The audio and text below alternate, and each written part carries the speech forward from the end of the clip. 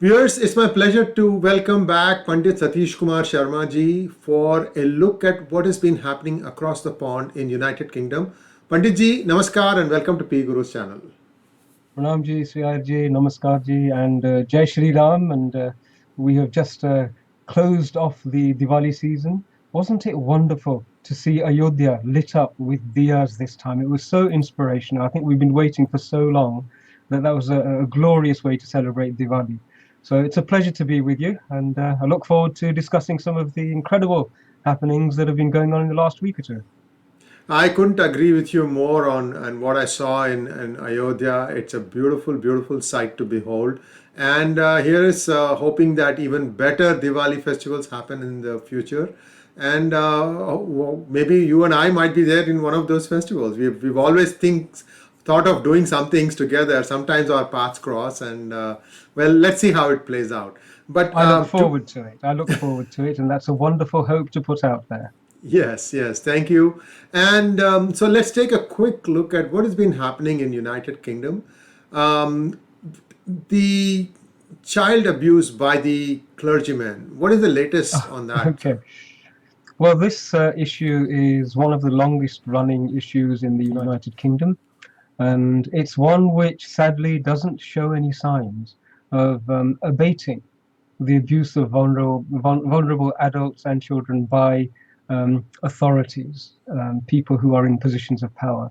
So only a few days ago, the independent inquiry, which I think the last time we spoke, it had just announced a report into the activities of the Church of England and declared that they had failed to act to protect the vulnerable people in their care, but what they had done is concealed abuse and sought to protect their own institution. The same findings were announced in the reports investigating into the Catholic Church. In fact, with the Catholic Church, it was even more damning in that it, one, highlighted a huge number of cases over the last 50 years, and then it also said that the true scale of abuse is likely to have been very much higher.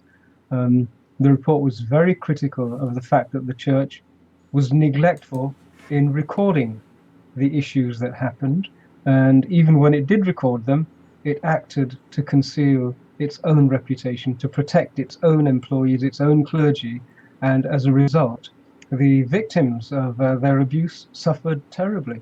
So this is another damning finding that the two main institutions who are parading around the world as the moral guardians, as the high priests of everything that is divine and good, their own houses are in such terrible situations. I think that the world needs to work out a solution to these institutions. In fact, the justification for their existence is disappearing on a daily basis.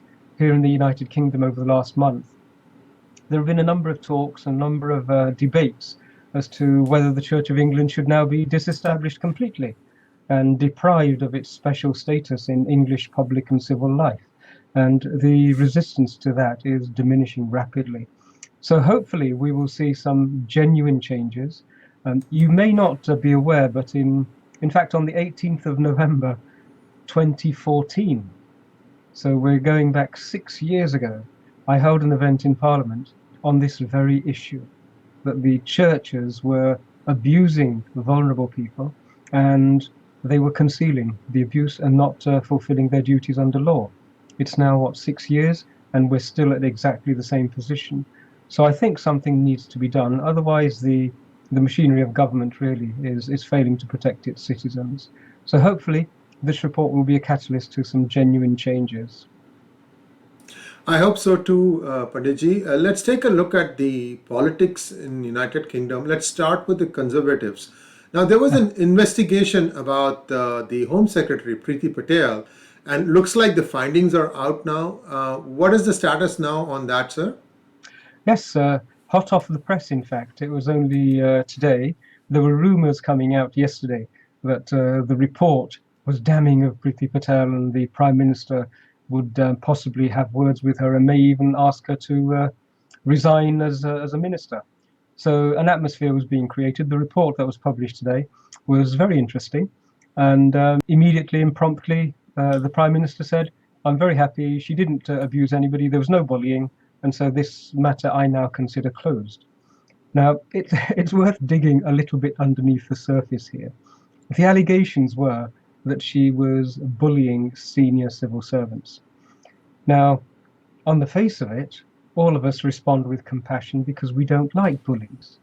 But when you dig a little bit deeper and you remember that the civil service is actually more like the Sir Humphreys and the mandarins who are the custodians of Britishness, the civil service internally, it's very much more reminiscent of an old English boarding school, and with exactly the same culture and the same ethos and the same airs and graces.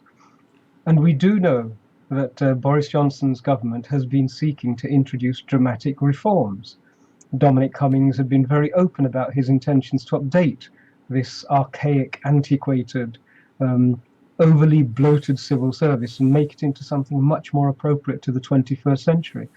So it wasn't a surprise that when you try and make change like this, that the civil service would fight back. And its allegations of bullying have been found to be not nearly as substantiable as they had anticipated. The Home Secretary is not meant to be pink and fluffy. She's not meant to be motherly and maternal to all of these ex-public school boys. Maybe that's what they were hoping for. And she is a strong person. She is committed to achieving the objectives for which she has assumed responsibility. And it's great that the report has cleared her to that degree. I think what the actual letter of the report was that she may have bullied persons, but not intentionally. So it's that grey sort of English speak, isn't it, where the sentiment is captured, but there's no clarity and no definitive statement. And in fact, I suspect that what they are saying are her transgressions were in fact nothing more than very strong, forceful managerial impositions. And remember, the civil servants do not like to be imposed upon. So that's concluded. We have Priti Patel is back in full, shall we say, authority, and hopefully will crack on to deliver a very difficult set of requirements and challenges that she has to deliver on.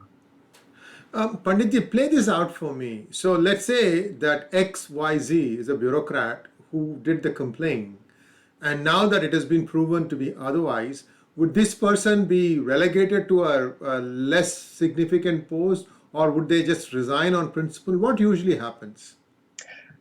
Nothing usually happens, right? There's nothing usual about it. I mean, it's almost like a Victorian farce, because once the Prime Minister had indicated that he had complete confidence in his Home Secretary, the author of the report promptly resigned.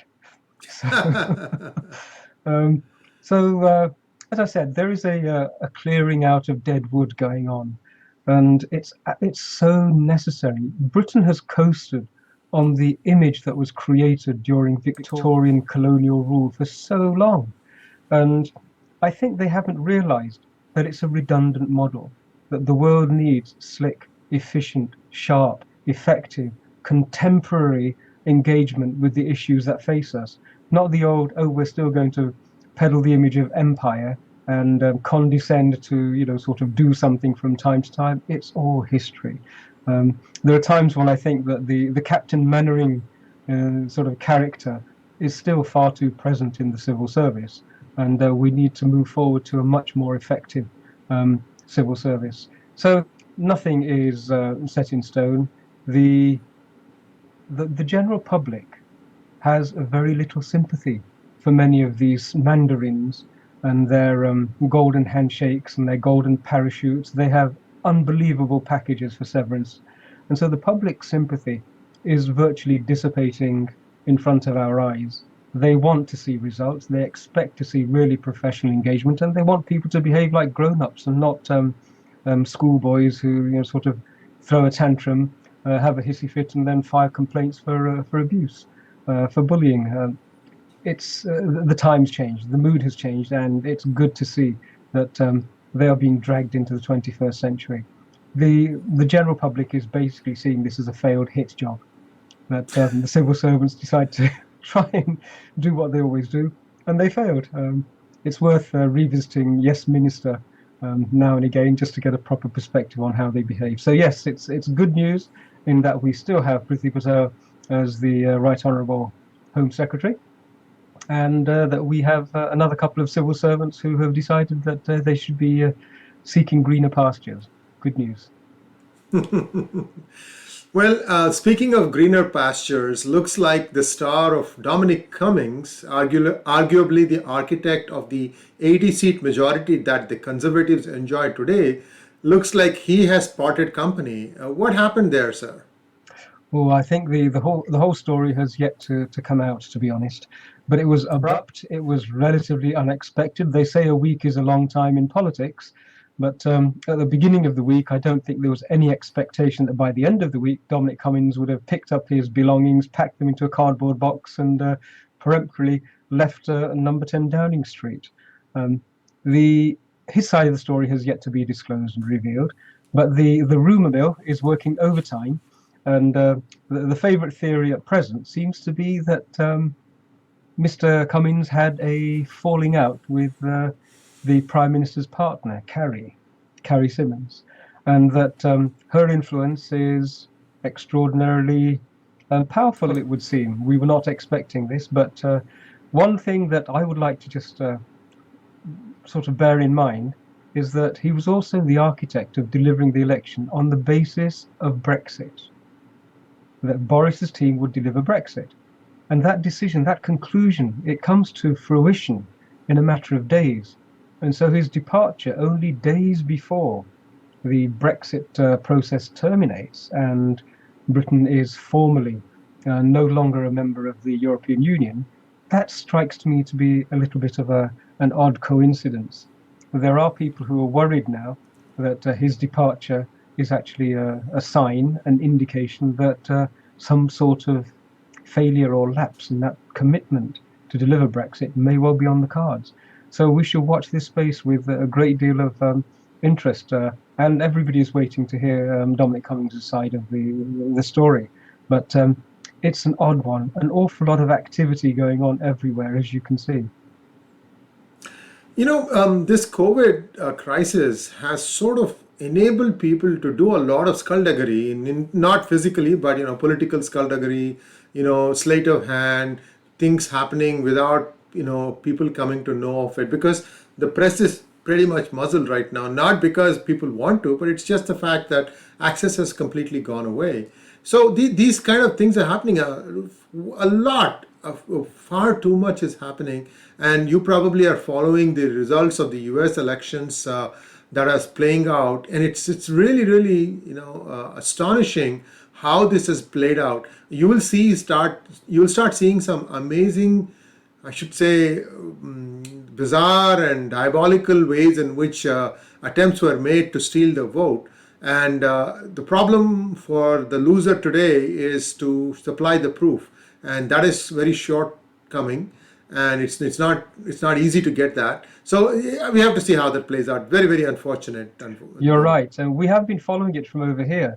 And I must admit, confidence in the electoral processes of the world's supposedly leading democracy, the voice of the free world, etc., it's shocking. And so in India, we have a huge election, and the results are out within days. And due to Dr. Swami's intervention, the opportunity for electoral fraud is dramatically diminished, and the process itself is robust.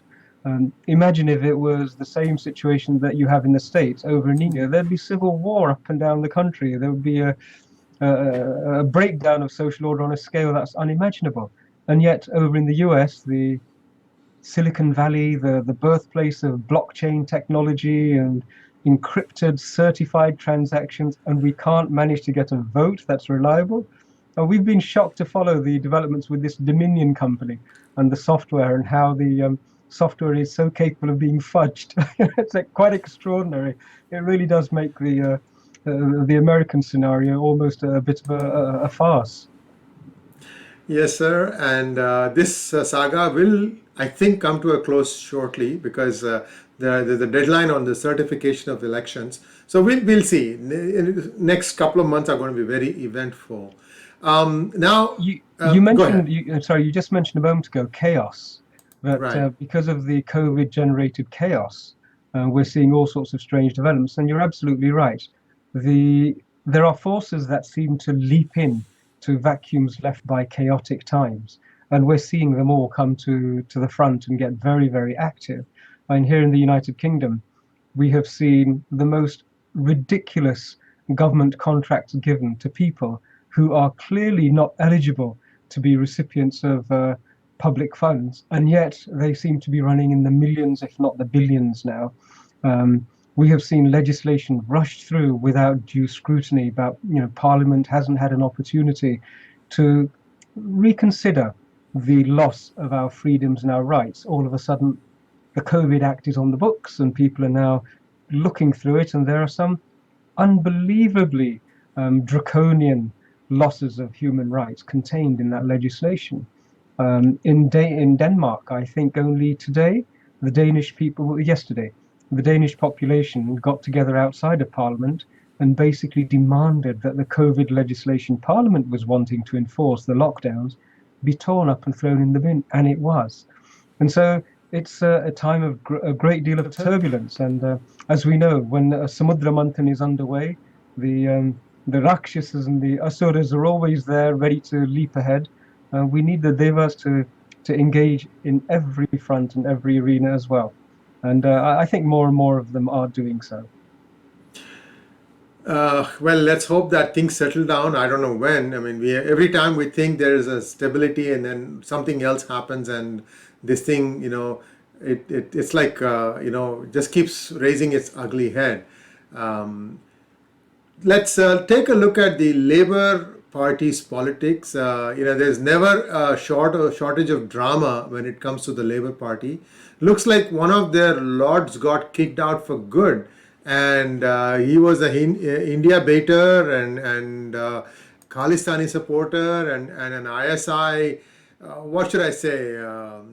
Apologies, I don't know. It might be too soft a word, but please walk us through the saga of Lord Ahmed. Yes, you're referring to Lord Nazir Ahmed of Rotherham. And both of those names have been associated with the abuse of vulnerable people, encompassing economic abuse, emotional abuse, and physical sexual abuse. And what has happened is that for the first time in history, the House of Lords has decided to expel somebody for such a serious breach of the code of conduct. And he has been found guilty of that breach. And it's a breach of a very, very unpleasant and pernicious type.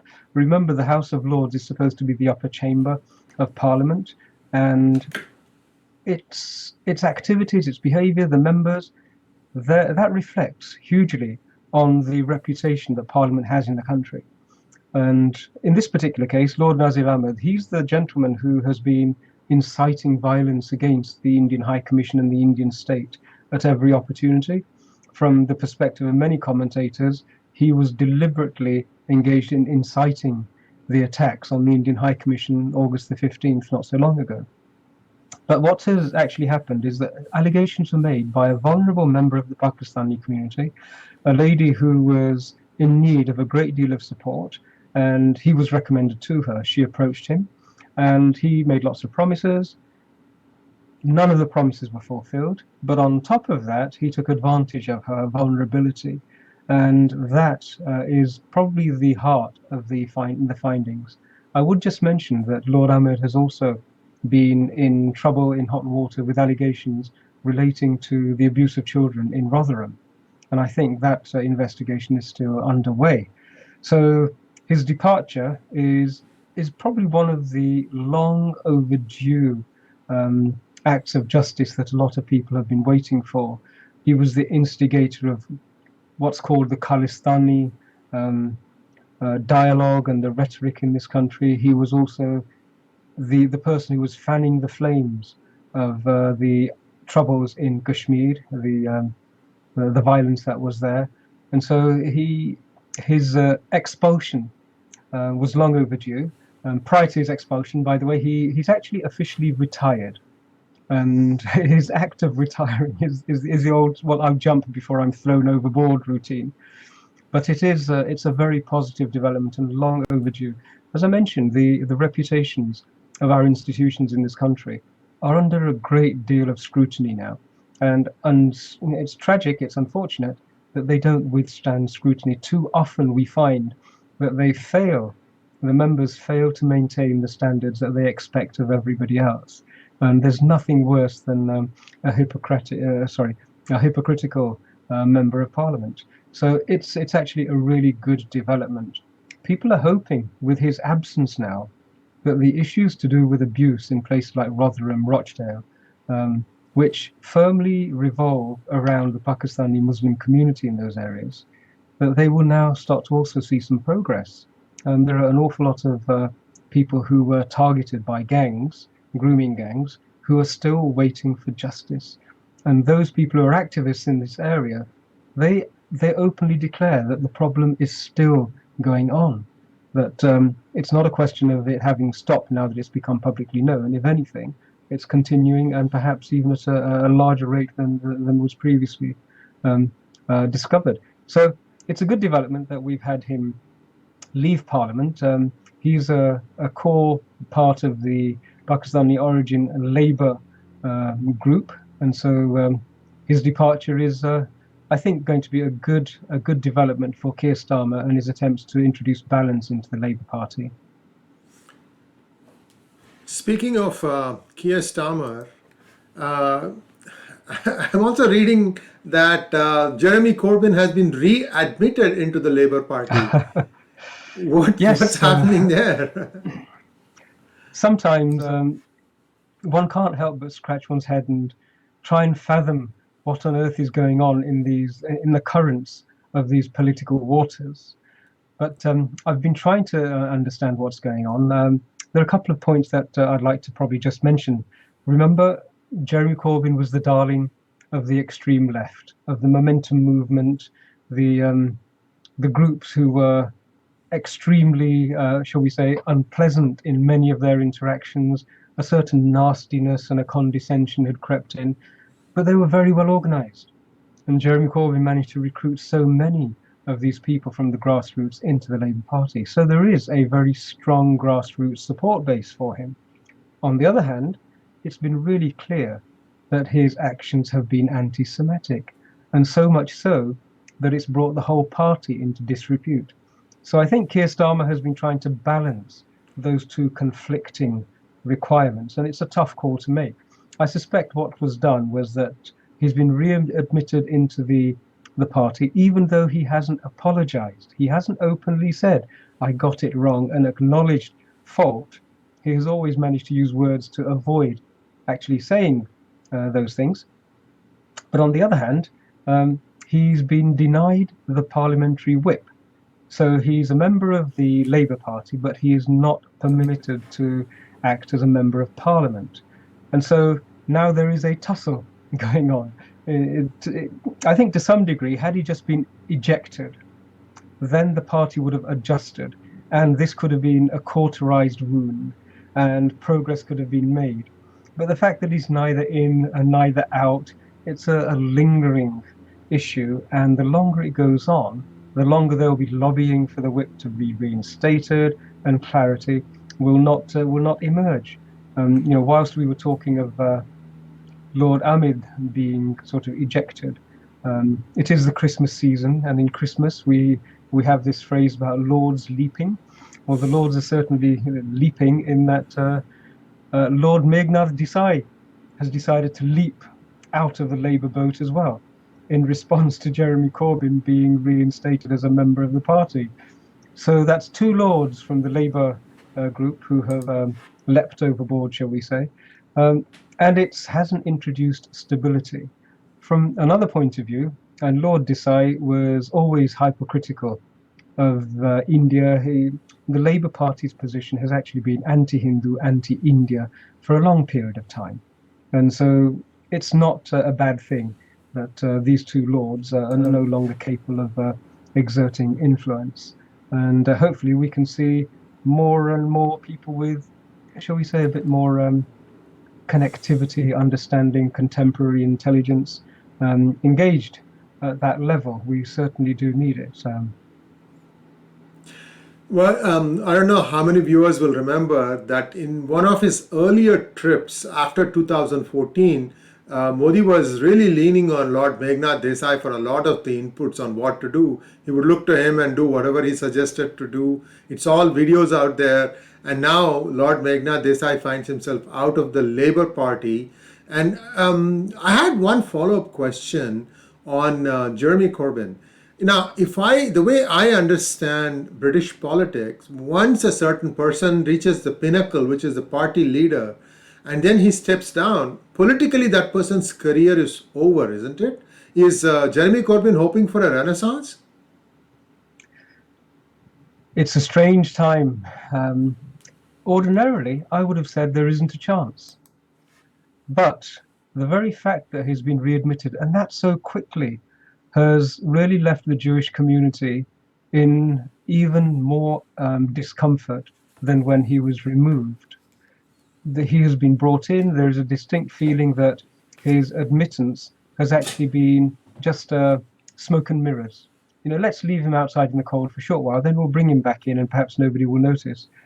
But I think there is a distinct movement within the Labour Party who would do everything they possibly could to improve his capacity to apply influence.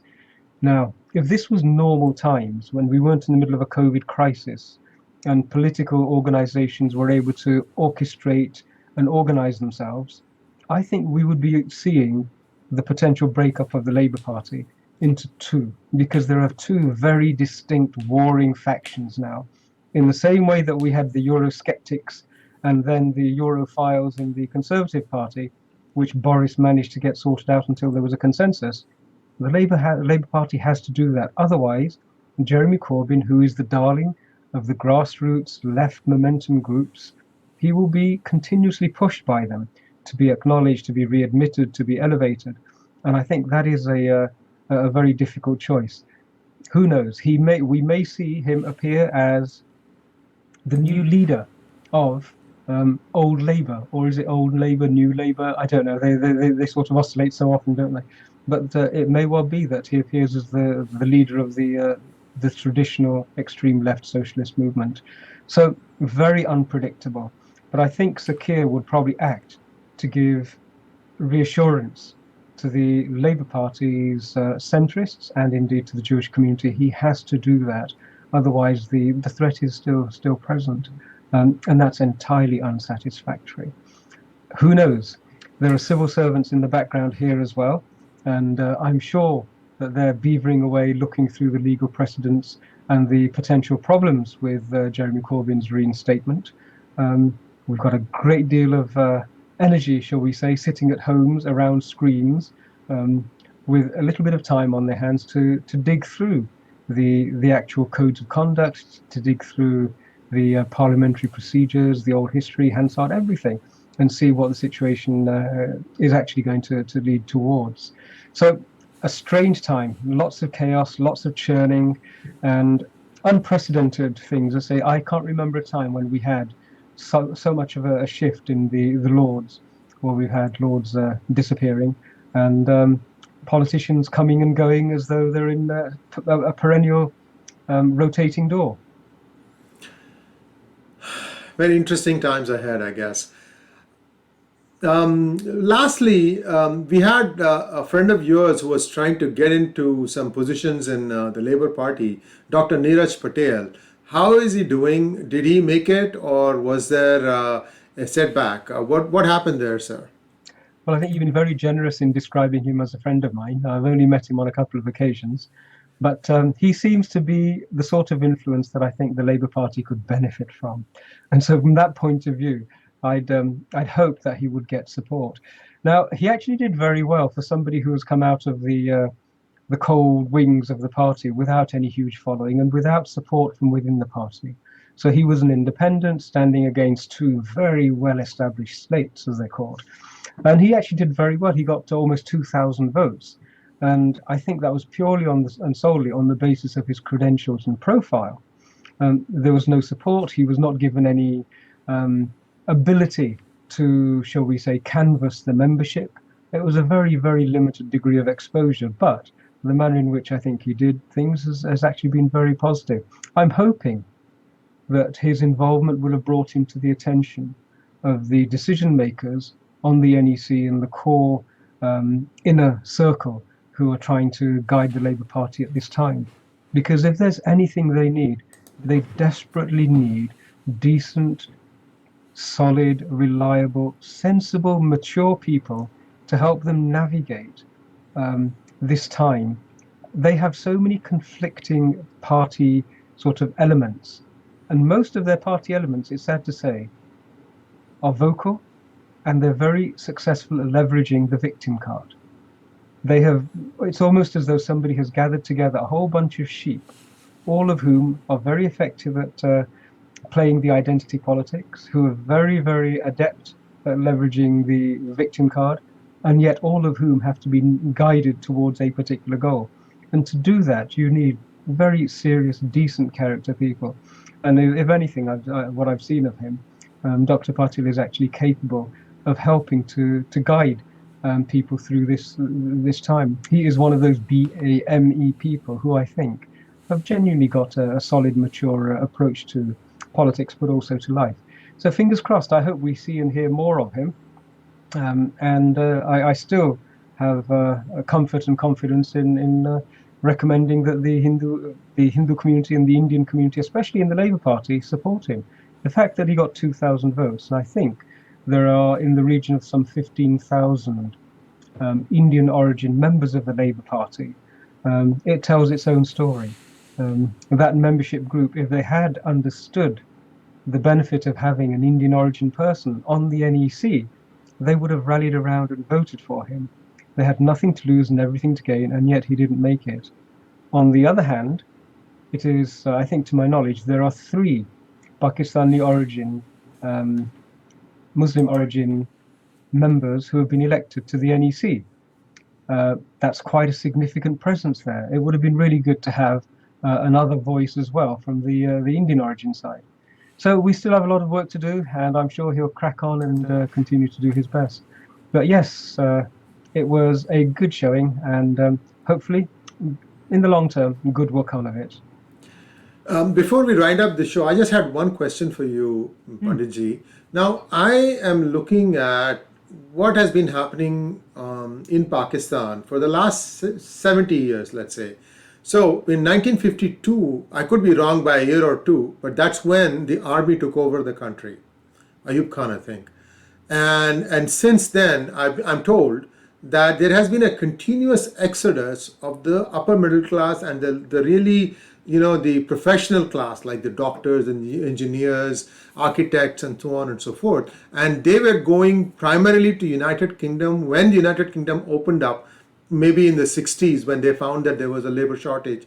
But before that, they were also going to the Middle East, like for example, Dubai. They're well entrenched there. And lately now they are coming to the United States and to Canada. So let's just take a look at the United Kingdom settled, what I would call as the affluent British Pakistani class. Now that Lord Ahmed is out, there could be a replacement, perhaps from the same community. I don't know, I'm just thinking loud here, because there are always these balances and counterbalances, and that might emerge. But do you think that this group, which is perhaps moderate, perhaps also very professional, I'm again putting a lot of perhaps, because once you're educated, you've attained a certain level of education, that tends to move on. I mean, their children tend to also go to, good schools and so on and so forth. Do you see a voice emerging from this group, sir? Wonderful question. I haven't done the research on it, but I will do some research on it. There are a couple of things that I am aware of there. And that is that once a community gets economically comfortable, it's natural human nature to start to dabble with 2 things. One is charities and one is politics. Right? I think there is a term in sociology whereby it describes the phenomenon when affluent people prefer to wear particular types of garments, and one of the garments they like to wear is a charitable demeanor. This is my charity. They become almost accessories for one's wardrobe. So we do have successful Indian origin and Pakistani origin persons here. Traditionally, they have been loyal to the Labour Party. Remember, it was the Labour Party under Tony Blair, I think, who made Lord Ahmed a lord.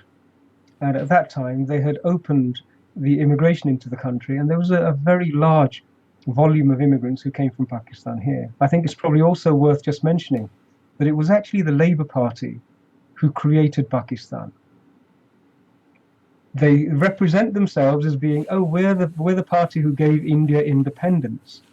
But in fact, what they did is they bifurcated or trifurcated India, dismembered it, and created Pakistan east and west. And so they are the sort of political and historical parents of the community there. And so they've always had a bridge between the elite who have run Pakistan and the elite who run the labor movement over here. They're creatures of a similar sort of ancestry. And so it's probable that there will be people wanting to rise within the Labour Party into that particular side of the parliamentary processes and machinery.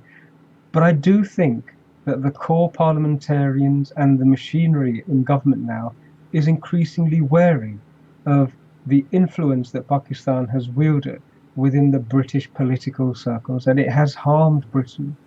As we are hearing almost on a daily basis, the profile of Pakistan on the international stage is plummeting like a rock, with the FATF listings, with the numbers of globally accepted terrorist organizations established there, and the diminishing patience.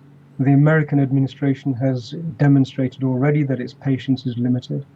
And so I think European governments, all of them, including the British government and public sector, will be increasingly wary about who it is they allow to influence political affairs. The tail has been wagging the dog of the Labour Party for a long period of time. And I think the dog is now basically saying, I have to scratch this itch and stop this from deteriorating. So on the Conservative side, there are very successful, well-established members of the Conservative Party who are Pakistani origin as well. Successful in business, successful also in professions. But they do have what I would suggest is a better alignment with the values of Britain than with the values of the Pakistani leadership. And I think Labour has a long way to go to get to that particular stage. And it may be that they're two horses that you cannot ride at the same time. I think it will be difficult for Keir Starmer to negotiate that and continue with business as usual. There is definitely a loss of patience with the lack of quality and the lack of courtesy, the lack of respect that has been displayed for British parliamentary processes. So it's a good thing. I think I'm looking forward to seeing some very good developments on that side as well. I know there are members of the Pakistani community, many of them who are deeply disturbed by the manner in which the extreme Pakistani and the extreme left movements have aligned themselves, are deeply, deeply disturbed by it. And so hopefully those voices will be given more prominence than they have been in the past. Thank you very much, Pandit Ji. It was a wonderful recap of what's been happening in the United Kingdom. As always, a pleasure to have you on our channel. Namaskar, and here is hoping to have you back very soon. Pranam Ji, Namaskar Ji, and Jai Shri Ram. Let's hopefully connect in the next week when I think there are one or two more announcements which are due, which probably will be equally surprising. It seems to be the season. So let's look forward to our next engagement with anticipation. Absolutely, sir. And stay safe and stay healthy. Thank you very much.